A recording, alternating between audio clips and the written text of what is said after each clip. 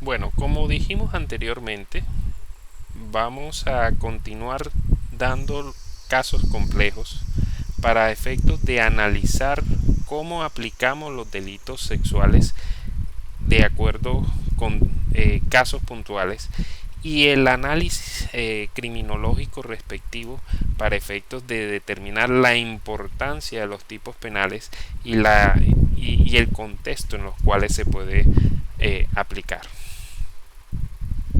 Entonces, vamos a comenzar con el tema del consentimiento en la prostitución. Como dijimos anteriormente, hay una libertad sexual que implica de establecer con quién, cómo, cuándo y por qué, y dónde. En ese orden de ideas, cuando estamos frente al tema de las trabajadoras sexuales, esta trabajadora sexual, por el solo hecho de trabajar en un sitio o trabajar en conjunto con una organización que permite la promoción y digamos eventos y atrae clientes, la situación es que el consentimiento de la trabajadora sexual es fundamental y es la base de esa situación. Como les dije anteriormente, si la trabajadora sexual dice hoy no trabajo, es hoy no trabajo. O si la trabajadora sexual dice no, yo con ese cliente no voy a trabajar, pues con ese cliente no va a trabajar. Si en medio de una situación en la cual está prestando un servicio, ella dice eso no lo hago, es eso no lo hago. O si dice en estos momentos no, eso significa que en esos momentos no. El hecho de que sea trabajadora sexual no implica una obligación de realizar todo lo que se le diga. Y si es constreñida a realizar cosas que ha dicho que no, ahí está, digamos, el tema de la libertad sexual y cambia la posición a una violación. El consentimiento de una prostitución, bueno, en el tema de la prostitución es complejo. Eh, Corrientes feministas plantean que una prostitución por necesidad económica no hay consentimiento. Es decir, sencillamente es una situación de violencia coyuntural que tiene a esa persona obligada a ofrecer servicios sexuales y no existe consentimiento. Y eso en todos los campos del ejercicio de esa situación y genera, por ejemplo, el tema de pornografía, de turismo sexual y del tema del comercio carnal. Entonces el tema del consentimiento, la trabajadora sexual tiene derechos, sí, tiene derechos, es un ser humano y dentro de ese ser humano existe algo que se llama la libertad sexual y es su potestad de definir con quién, cómo, dónde y cuándo. Y eso no le está, digamos, prohibido o no le está digamos, anulado ese derecho a ninguna persona porque es prácticamente un derecho humano. De esta forma se plantea, digamos, todo el tema de explotación sexual y comercio sexual prohibido, como se dijo anteriormente. Cuando no existe consentimiento, puede existir coacción y el Código Penal establece una, eh, una concepción de violencia bastante particular. Eh, Vamos a ver otros casos. Caso de las alumnas universitarias. Desafortunadamente eso es un contexto muy particular. Las alumnas universitarias tienen una problemática respecto de las notas, respecto de su condición de vida y respecto de su edad. La edad es un tema fundamental aquí. Las estudiantes universitarias se encuentran en una edad en las cuales se genera mayor actividad sexual y mayor demanda de actividad sexual. En esa situación se pueden presentar temas de delitos sexuales. Y ahí está la situación, por ejemplo, de aprovecharse de la condición económica de una estudiante universitaria, donde tiene que irse de su ciudad, comienza a estudiar en otra ciudad, sus condiciones económicas pueden ser precarias o sencillamente necesita dinero o requiere dinero para divertirse, para ir a fiestas, para comprarse ropa bonita y todo ese tipo de necesidades que tienen a esa edad puede ser utilizado por bandas criminales para ofrecer precisamente la posibilidad de prostituirse. Entonces, cuando estamos hablando de giro de recursos, fiestas privadas, determinadas ventajas o concesiones, invitan a las universitarias a determinadas fiestas, vienen el problema del consumo de drogas, el consumo de alcohol, circunstancias que las colocan en riesgo. Y esas circunstancias que se colocan en riesgo pueden generar posteriormente coerciones o chantajes para efectos de volverlas a someter a relaciones sexuales no consentidas. Entonces, llevan a unas mujeres a una fiesta, las drogan o las alcoholizan, tienen relaciones sexuales con ellas, las graban y después de que graban entonces comienzan a chantajearlas de que tienen que volver a otra fiesta, que tienen que ir a estar con determinadas personas y ahí comienza todo un tema del chantaje y de la coacción a la prostitución. Entonces ahí estamos hablando de coerción a la prostitución y se puede presentar precisamente ese delito más el tema del acceso carnal violento si la persona es consciente de lo que le está pasando a esa muchacha. Igualmente se puede presentar temas como el acoso de docentes a cambio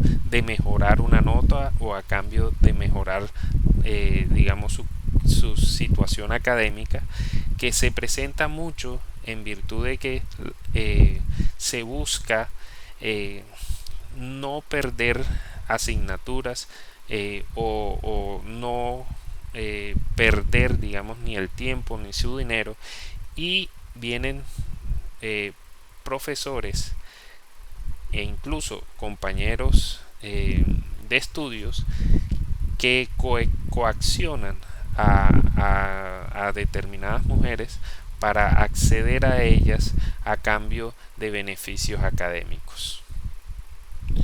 Entonces vuelve y se presenta el tema de la violencia en circunstancias de coacción que impiden a una persona dar su consentimiento voluntariamente, como bien lo estudiamos anteriormente. Otro caso, asistentes de políticos o empresarios. Se ha presentado en muchas ocasiones el acoso laboral de los jefes hacia sus asistentes mujeres. Y comienza primero con un coqueteo, después comienza mandando detalles, invitando a cenas, etcétera. Comienza a acercarse, a comprometer y pueden presentarse circunstancias en las cuales se llegue al acoso laboral, pero a su vez también al acoso sexual y posteriormente a un acceso carnal violento, mediando, digamos, una extorsión respecto a su situación laboral, a su ascenso laboral o a su estabilidad laboral. Entonces el jefe aprovecha su posición jerárquica para pedir servicios o digamos actos sexuales de sus asistentes, extorsionándolas con despedirlas, desmejorar sus condiciones económicas, trasladarlas a otros lugares o sencillamente bloqueando su posibilidad de ascenso en su carrera. Entonces ahí tenemos otra situación en la cual podríamos iniciar ese tema con acoso laboral, acoso sexual y posteriormente un acceso carnal si logran llegar hasta allá en ese tipo de circunstancias. Ahora, si no llega a un acceso, pues entonces sería un acto sexual. Bailarinas de espectáculos. Desafortunadamente es un gremio muy vulnerable en el sentido de que el vestuario, sus calidades morfológicas, su belleza al bailar, llaman la atención de determinadas personas y en virtud de esa situación comienzan a presionar, comienzan a ofrecerle la posibilidad de fiestas, la posibilidad de estar en determinadas cosas, en determinadas reuniones y le ofrecen dinero incluso para acceder a estas personas. Y resulta que estas personas comienzan a decir no, no, no, no, no, y una vez rechazado la persona que está interesada, comienza a buscar cómo presionarla de otra manera. Entonces habla con el músico de turno, le dice que si esta bailarina no va a tal fiesta, entonces no le interesa, no lo van a contratar o deje de contratar a la bailarina. Entonces comienza a haber una cantidad de presiones tendientes a buscar que esa bailarina acceda a sus pretensiones sexuales. Entonces hay un caso de acoso sexual y a su vez si llega a acceder habría una situación que habría que analizar sobre el acceso carnal en determinadas circunstancias. Si es en una fiesta donde drogan a la bailarina o la emborrachan y después acceden a ella, pues estamos hablando en acceso carnal en persona puesta en incapacidad de resistir. O si se trata de una circunstancia en la cual si no accede a las pretensiones del victimario puede verse su carrera comprometida o puede que no le den contratos, entonces habría una circunstancia que tendríamos que valorar respecto de la voluntariedad o la libertad sexual y de la violencia ejercida a través de esa presión. Otro caso, los religiosos. Desafortunadamente se presentan muchos casos en temas religiosos. En nombre de Dios se cometen una cantidad de atrocidades que no corresponden a la religión como tal, sino a la persona que manipula la religión para poder acceder a determinados actos sexuales ilegales. Entonces, cuando estamos hablando de religión, tendríamos que plantear el chantaje, la manipulación y la posición jerárquica dominante desde el punto de vista religioso que le permite a una persona anular la voluntad de otro y acceder carnalmente a ella. Entonces ese es otro de los casos en los cuales habría acoso sexual y después del acoso sexual si viene actos sexuales o acceso carnal, tendríamos que analizar si en la circunstancia se vulneró la libertad sexual partiendo de la manipulación para esos efectos. Igualmente se presentan casos en los cuales, si bien es cierto,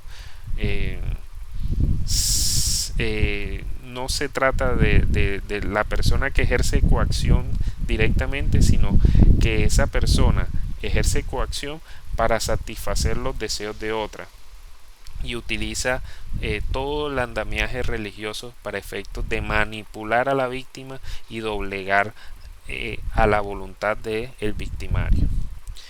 El tema de las Fuerzas Armadas. También se presentan desafortunadamente casos bastante complejos en las Fuerzas Armadas. Se presentan circunstancias en las cuales se aprovecha la estructura jerárquica para ofrecer servicios sexuales y para obligar a personas a ofrecer servicios sexuales. Entonces, la estructura jerárquica, los mandos y digamos las órdenes generan problemas en los cuales hacen que las personas de inferior jerarquía queden sometidos a los superiores y a las, digamos, a lo que ellos manden, quedando prácticamente una situación de anulación de la personalidad frente a una estructura jerárquica y a unas órdenes. Fíjense el caso, digamos, de los nazis, cuando la Gestapo comenzó, y también ocurrió en Rusia con la KGB, donde entrenaban a mujeres para espionaje, y dentro de ese espionaje se planteaba precisamente la obligación por la patria del sacrificio de prestar servicios sexuales. Entonces ahí vienen, digamos, los temas que tienen que ver con las Fuerzas Armadas y lo que se ha presentado, que es la violación de soldados rasos de inferior jerarquía por parte de superiores en relaciones prácticamente homosexuales, donde de no acceder pues tendría un problema de no poder seguir ascendiendo en la cadena jerárquica, o de enfrentarse a represalias derivadas del mando del superior. En caso de grupos al margen de la ley, entonces aquí se presentan varias circunstancias. Los grupos armados de la ley, al margen de la ley, pueden generar situaciones de trata de personas, pero a su vez también sus presiones y su poder de extorsión puede generar violaciones frente a determinadas personas. Piénsese que una pandilla tiene el dominio de un barrio y un miembro de la pandilla se enamora de una muchacha y comienza a acosarla y acosarla y acosarla hasta el día en que dice, bueno, si no accedes conmigo voy a hacerle un daño a tu familia. Entonces ahí viene nuevamente la circunstancia en la cual se pueden presentar violaciones con grupos al margen de la ley. Los grupos al margen de la ley están relacionados con el narcotráfico, con la exuberancia, con con mucho dinero y por comprar las voluntades de la gente a través del dinero. Y entonces ofrecen dinero, ofrecen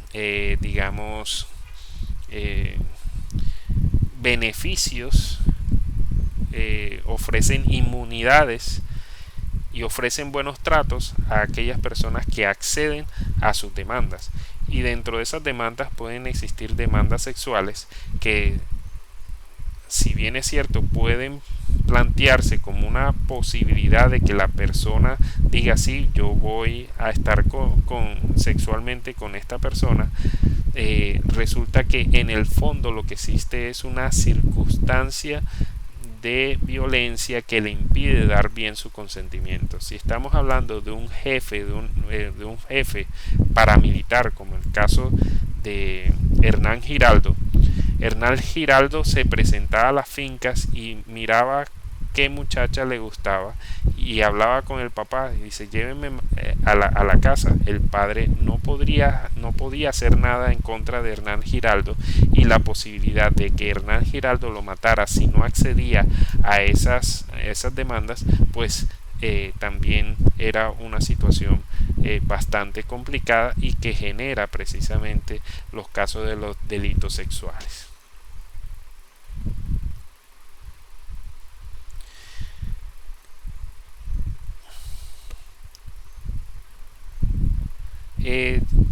También se presentan casos, por ejemplo, en los conflictos armados, donde los jefes militares permiten prácticas sexuales a través de violencia, que en contra de las víctimas o en contra de sus enemigos. Se ha planteado, digamos históricamente, que los delitos sexuales o la agresión sexual en los conflictos armados es prácticamente un premio al ganador. Es un trofeo al ganador. De ahí que el soldado que logra, o digamos que cuando los rusos tomaron Berlín, decidieron también violar a muchas mujeres alemanas. Cuando los japoneses tomaron la capital de China, también violaron a muchas mujeres chinas como retaliación. En Ruanda, los hutus agredieron sexualmente a las mujeres. Los hutus agredieron sexualmente a las mujeres tutsis como retaliación, como forma de atacar a sus enemigos. En el caso colombiano se presentaba las agresiones entre paramilitares y guerrillas, y una de esas agresiones también eran sexuales. Precisamente hubo un caso en una toma paramilitar del Salado, la comunidad del Salado, donde en efecto preguntaron quién era la novia de un guerrillero, y cuando la encontraron, pues precisamente la ultrajaron sexualmente y la mataron. Entonces, es en el caso de los conflictos armados, se presenta muchos casos de violencia sexual, puesto que el poder y la dominación que generan las armas frente a la población civil o frente al enemigo ya depuesto o vencido es muy grande, y frente a la situación de soldados sin actividad sexual durante un largo tiempo y largas campañas de batalla, pues se genera una situación bastante compleja que fomenta las violaciones en esos contextos particulares. Vamos a hablar de perfiles criminales. Fíjense que ya hablamos de los casos complejos, pueden ser esos y muchos más, pero vamos a hablar ahora de perfiles criminales. Pueden haber varias clasificaciones de perfiles criminales, pero digamos la que más considero aplicable es una que establece 3 perfiles criminales. La primera es el violador sádico, Ese violador sádico es aquella persona que ejerce la violación como una forma de violencia. Es una persona supremamente violenta que se le dispara la violencia y en vez de golpear o matar, termina violando a una persona. Entonces es una persona que por violencia agrede a otra persona sexualmente. Eso significa que esta persona tiene como motivo no tanto la violencia, sino no tanto, digamos, satisfacer sus deseos sexuales, sino satisfacer su deseo de ejercer violencia y acabar con la otra persona, humillarla o ultrajarla. El segundo perfil es el violador con problemas de formación sexual. Estas son personas que tienen algún trastorno sexual y que generan, digamos, una propensión a la violación. Entonces estamos hablando de personas que tienen algún inconveniente. Por ejemplo, son personas que han sido que tienen problemas para relacionarse con el otro sexo y que en efecto sufren mucho rechazo, sufren mucha humillación, y en el momento en que se les dispara se les dispara la venganza, pues terminan violando. Eso es una de las clases. Pero está el voyerista. El voyerista es aquella persona que disfruta ver a una persona desnuda o desnudándose o teniendo relaciones. Ese es el voyerista. Y resulta que, por ejemplo, en temas de conflicto armado, muchas veces un jefe militar no se involucra en los actos de violación, pero sí le gusta verlo. Entonces ordena a sus soldados a violar a unas mujeres y él disfruta con ver esa situación. Existen temas como los sádicos, que son personas que disfrutan viendo el dolor de otra persona, y una de las formas de infligir dolor a una persona es la violación. Entonces esa persona viola más por satisfacer ese deseo de ver a otra persona sufriendo. Está el tema de los pederastas o pedófilos, que son los que disfrutan tener relaciones con niños o ver a niños.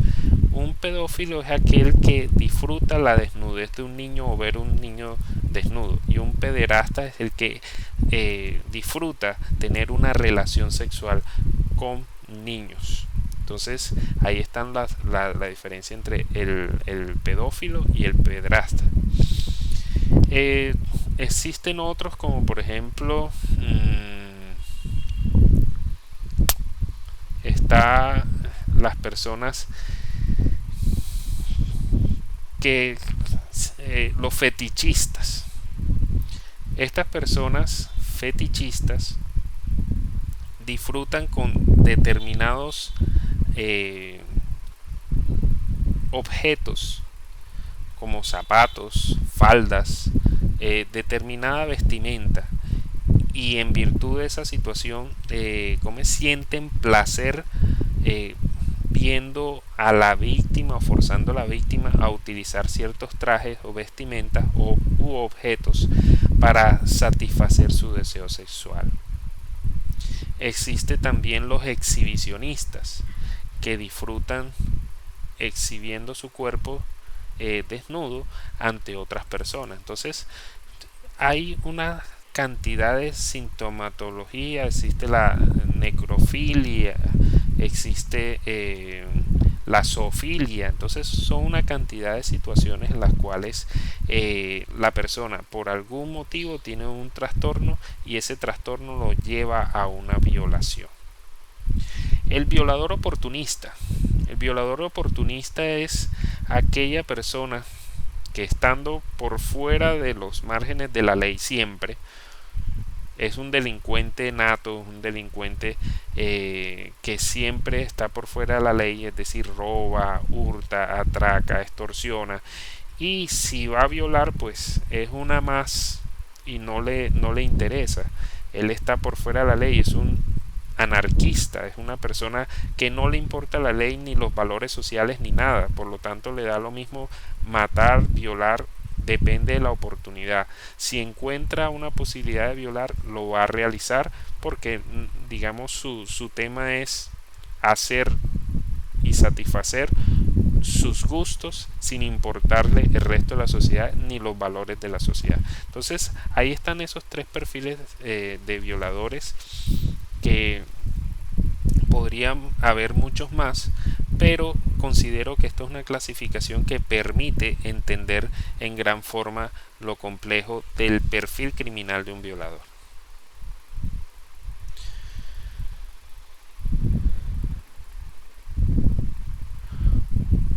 En el caso, digamos, uno de los casos más complejos de violación son las violaciones por personas de la misma familia. Desafortunadamente, cuando estamos hablando de violaciones sexuales de menores, encontramos que el gran índice, es decir, la mayoría, casi más del 60% de los casos, proviene de familiares. Y eso es una situación bastante compleja. ¿Por qué? Porque si es la familia la llamada a proteger los menores, ¿cómo es que es la misma familia la encargada de agredirlos? Entonces el menor, digamos, abusado sexualmente, tiene una gran problemática. ¿Cuál es la gran problemática? Que la persona que lo protege es al mismo tiempo la persona que lo agrede. Entonces sus vínculos familiares van a estar destrozados en el sentido de que su agresor es su mismo familiar o su mismo o una persona que al mismo tiempo le debe cariño, pero aquí se comienza a destrozar esos vínculos familiares y comienza esa persona a eliminar el amor por la familia, los vínculos afectivos con la familia, porque precisamente esos vínculos afectivos con la familia vienen precisamente las agresiones. Desde el punto de vista de por qué ocurre eso, ahí viene una cantidad de trastornos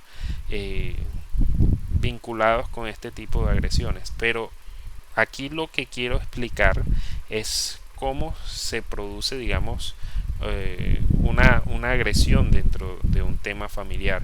Y es primero, el victimario comienza a buscar a la víctima, a acechar a la víctima.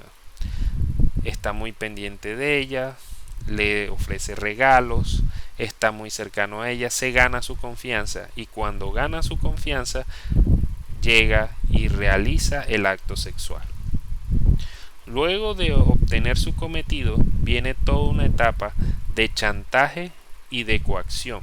Primero para no ser descubierto y segundo para seguir accediendo al menor. Y ahí comienza ese ciclo y ese ciclo y esa extorsión y esa digamos, esa coacción a realizar esos actos. Entonces es una persona que se acerca, que se gana la confianza, que posteriormente consume el acto y después accede al menor. Después de que accede al menor, entonces comienza con la etapa del chantaje y de la coacción y comienza a existir el tema de esto es un secreto para nosotros, nadie se tiene que enterar, si alguien se entera nos va a pasar algo malo a ti y a mí, qué van a decir las personas, y comienza toda esa etapa de chantaje para garantizar primero su impunidad y segundo para seguir con el menor accediéndolo en múltiples situaciones futuras. Entonces, eso es un tema bastante complejo. No es la minoría de los casos, sino la gran mayoría, donde familiares acceden precisamente a los menores. Y eso es un tema sumamente complicado, sobre todo para los efectos de la víctima, que es una persona menor, que es una persona que no está todavía con su madurez psicológica para tener relaciones sexuales, que es una persona que no va a comprender por qué un familiar lo está violando, que es una persona que va a generar trastornos, puesto que no es la edad para tener relaciones sexuales, y va a tener trastornos sociales, comportamentales y físicos. Y es una persona que desafortunadamente va a tener una disfunción en relación con los vínculos familiares, porque, como les dije, la misma familia que tenía que protegerlo es la misma que lo está agrediendo.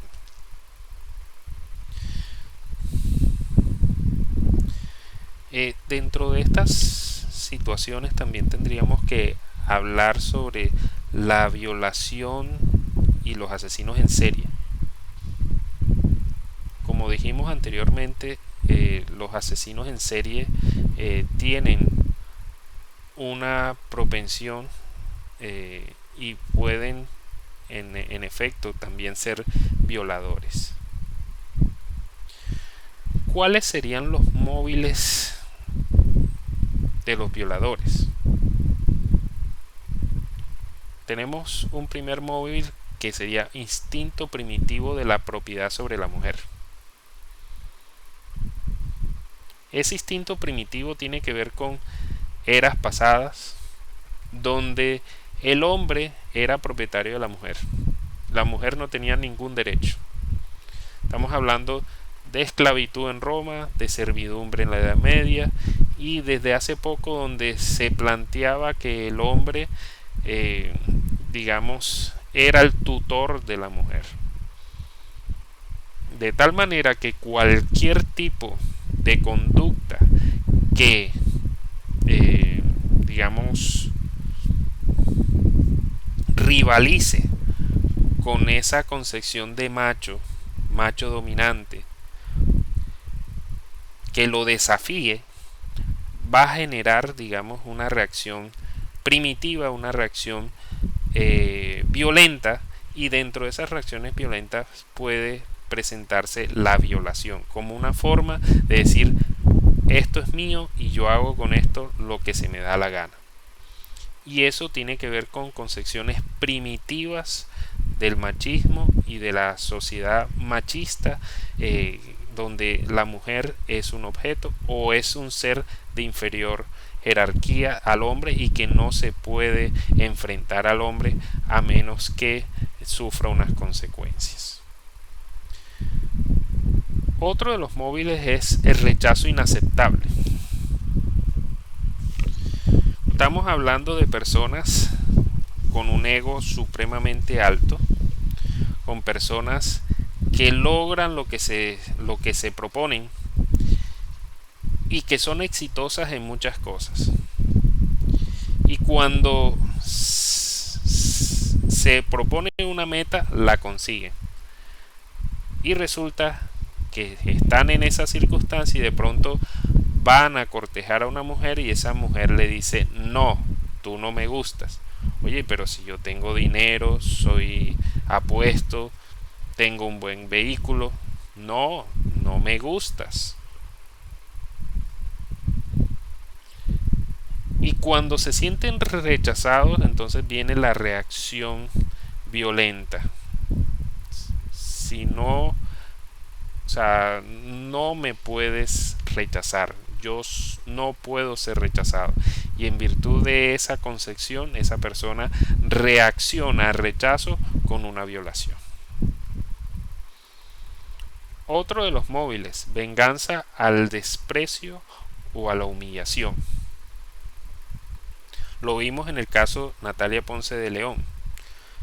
Ella rechazó a un individuo y ese individuo no logró asimilar ese rechazo y ese desprecio y terminó agrediéndola, digamos, con un ácido en el rostro.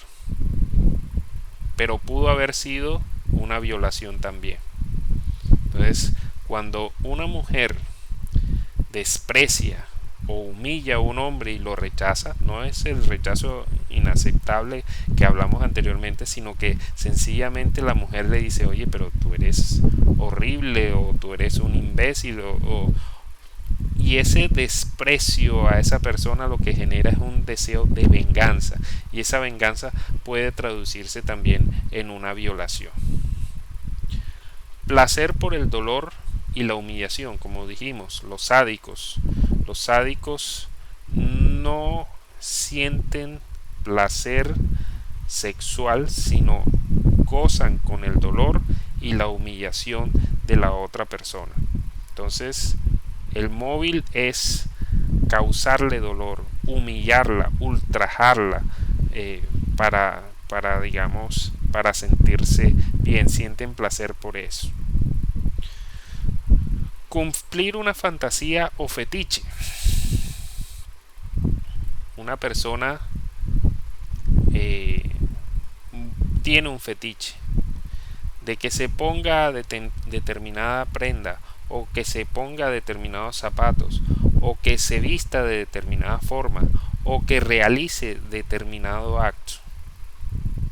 Cuando esa persona no accede a esas circunstancias puede generar una reacción violenta que puede llegar a obligarla, a coaccionarla o extorsionarla para que realice ese fetiche. Obtener lo que en condiciones normales nunca podría. Entonces estamos hablando de un personaje que en condiciones normales no podría acceder a una mujer hermosa, a una actriz de cine, a una periodista, y resulta que se obsesiona con esa y dice, la tengo que tener, y se acerca a ella y ni le presta atención y dice, la única forma es a través de una violación. Y ese, digamos, es uno de los móviles que generan que una persona acceda a otra de manera violenta, cuando dice, yo no podría nunca acceder a esta mujer si no fuera a través de una violación. Tenemos también el tema del fanatismo ideológico o religioso. La persona piensa que va a hacer, digamos, una limpieza social o sencillamente va a demostrar algo a través de la violación o va a lograr algún beneficio ideológico religioso a través de la violación. Entonces, en nombre de Dios tengo que accederte, o en virtud de nuestro partido nazi tienes que darme un hijo para, digamos, garantizar la raza aria. Entonces el fanatismo también genera ese tipo de circunstancias que pueden ir hacia el tema de la violación.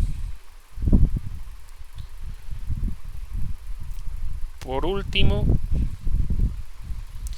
miren todo lo que hemos dado y por último quiero hacer referencia al tema de las violaciones grupales. El tema de las violaciones grupales es bastante complicado. Se ha venido presentando y ha sido, digamos, estudiado en España en virtud de que varios grupos de hombres han repetido continuamente violaciones grupales hacia una mujer. El caso más famoso fue el de la manada de Pamplona, donde 5 militares accedieron a una mujer y hicieron con ella de cuanta cosa, muchos actos sexuales, y grabaron eso por celular. Fue la primera vez que se grabó una violación y que el video sirve como muestra en el proceso de una violación. El tema de las violaciones grupales es bastante complejo y ha sido analizado, digamos, por psicólogos, y dicen que esos son efectos que han generado, digamos, la pornografía en el imaginario de los jóvenes, entendiendo que es, digamos, placentero realizar esos actos grupales, y se supone que es placentero para una mujer someterse a esos actos grupales, de tal manera que se genera ahí un fetiche, y un fetiche en el cual, por inmadurez psicológica de las personas que están realizándolo, realizan esos actos y en efecto terminan generando una barbaridad.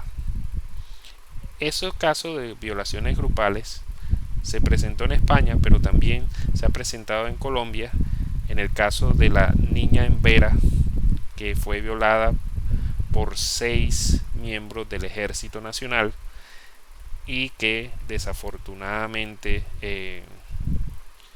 se presentó ese caso, y nos pone a reflexionar precisamente de por qué se generan este tipo de circunstancias y cómo debe reaccionar el derecho penal frente a esas circunstancias. En el caso español, prácticamente la realización de este acto grupal en Pamplona, esta violación grupal en Pamplona, hizo que se proliferaran estos actos sexuales grupales en toda España, y comenzaron a realizarse más continuamente. En el caso colombiano, la prensa, las autoridades han rechazado este acto y han repudiado este acto de una manera pública, que ha permitido en efecto que se vea como negativa esa situación y no positiva como ocurrió en España.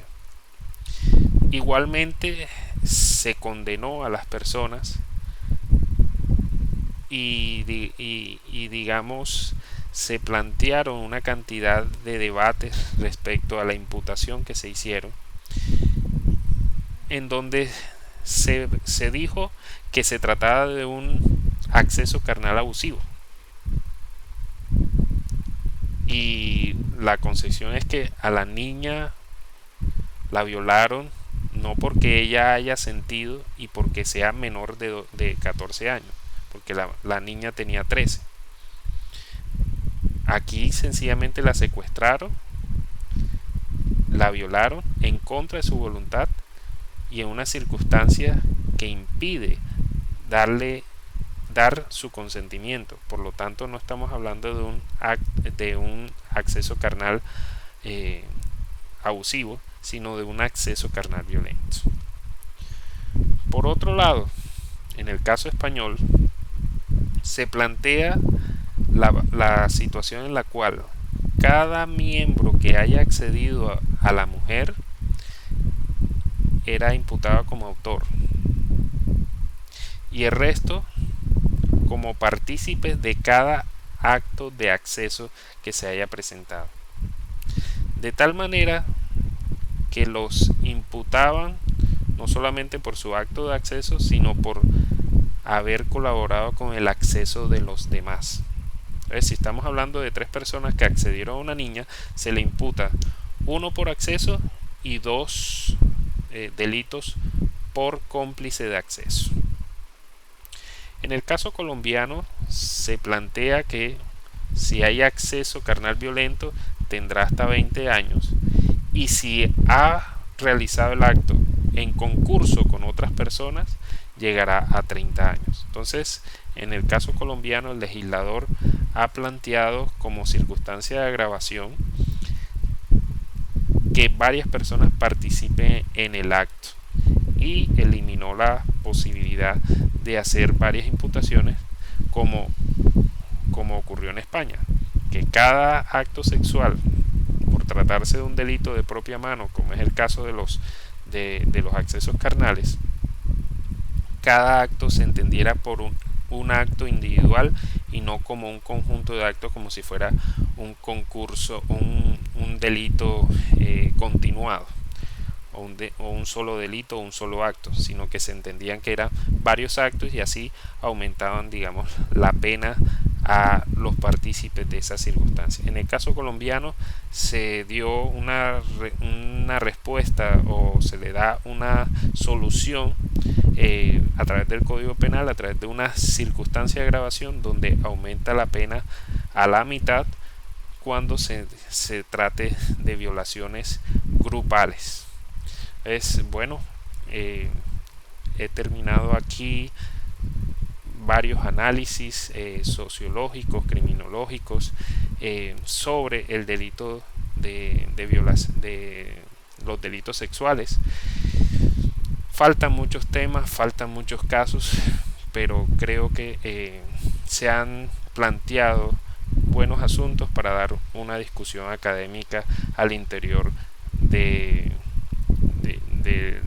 la Academia Colombiana. Muchas gracias.